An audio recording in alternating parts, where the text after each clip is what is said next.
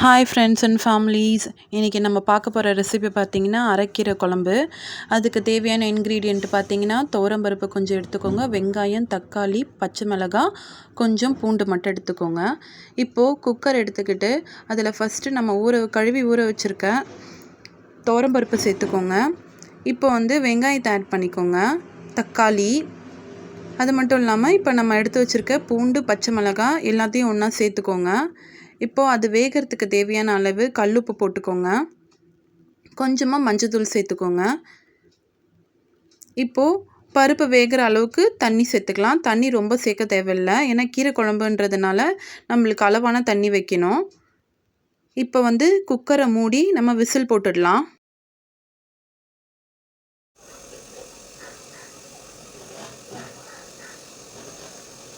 இப்போது குக்கர் தம் இறங்கிடுச்சுங்க. இப்போ ஓப்பன் பண்ணி பார்க்கலாம். பார்த்திங்களா, பருப்பு, வெங்காயம், தக்காளி எல்லாமே ஒன்றா நல்லா வெந்து வந்துருச்சு. இந்த சமயத்தில் தான் நம்ம கீரை சேர்த்துக்கணும். கீரையை முதல்ல குக்கரில் போட்டு ஒன்றா மூடி போட்டு வேக வைக்கக்கூடாதுங்க. ஏன்னா கீரை நம்ம உடம்புக்கு மூடி போட்டு சமைக்கும் போது பாய்சன் ஆகிடும் அப்படின்னு சொல்லுவாங்க.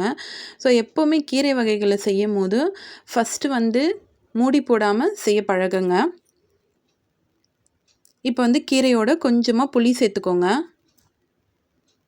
பார்த்திங்களா, லைட்டாக ஏதாவது விழுந்துற போதுன்றதுனால சைடாக ஓரமாக வச்சு மூடியிருக்கேன். இப்போ கீரை நல்லா வெந்து வந்துருச்சுங்க. அவ்வளோதாங்க. இப்போ கீரையை நம்ம ஆற விட்டுடலாம்.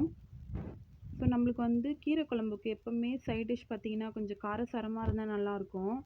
இன்றைக்கி நான் பார்த்திங்கன்னா மீன் வறுத்துருக்கேன். ஸோ நம்ம கீரை குழம்பு ஆறுறதுக்குள்ளே நம்ம மீனை பொரிச்சிக்கலாம். இது சின்ன சின்ன சங்கரா மீனுன்றதுனால நல்லா டேஸ்ட்டாகவும் இருக்குங்க. கீரை குழம்புக்கு சாப்பிட செம்ம சைட் டிஷ்ஷாக இருக்கும். மீன் ரெடி ஆகிடுச்சு நமக்கு. கீரையும் நல்லா ஆற விட்டு இப்போ கடைஞ்சி எடுத்தாச்சு. நீங்கள் மத்துலேயும் கடையலாம், இல்லைனா மிக்சியில் போட்டு ஒரு அரை அரைச்சிக்கலாம். இப்போ கீரையை தாளிச்சிக்கலாங்க. இப்போ கடாயில் பேன் வச்சுட்டு ஒரு ஸ்பூன் இல்லைனா 2 ஸ்பூன் எண்ணெய் விட்டுக்கோங்க. கடுகு பொரிஞ்சு வரட்டும். இப்போ கடுகு நல்லா பொரிஞ்சு வந்துருச்சு. நம்ம கிள்ளி வச்சுருக்க ஒரு 3 காஞ்ச மிளகாய் சேர்த்துக்கலாம். ஆல்ரெடி கீரை வேகிறதுக்கு நம்ம 3 பச்சை மிளகாய் சேர்த்துருக்கோம். ஸோ காரம் பார்த்து சேர்த்துக்கோங்க. அவ்வளோதாங்க, கீரை குழம்பு ரெடி ஆகிடுச்சுங்க. சிம்பிளாக குயிக்காக நம்ம குழந்தைங்களுக்கு ஹெல்த்தியாகவும் கொடுக்கறதுக்கு இது நல்லாயிருக்கும். ஸோ நம்ம குழந்தைங்களும் சரி பெரியவங்களும் சரி இன்னும் கொஞ்சம் டேஸ்டியாக சாப்பிட்ணுன்னா ஒரு ஸ்பூன் நெய் ஆட் பண்ணோன்னா நல்லாயிருக்கும். இப்போது சாதம் வச்சுக்கிட்டு நம்ம கீரை குழம்பு எடுத்துக்கலாம். பார்த்தீங்களா, சூப்பராக இருக்கா? உங்கள் வீட்டில் நீங்களும் இன்றைக்கி ட்ரை பண்ணி பாருங்கள். உங்கள் குழந்தைங்களுக்கு கொடுங்க, விரும்பி சாப்பிடுவாங்க. தேங்க்யூ.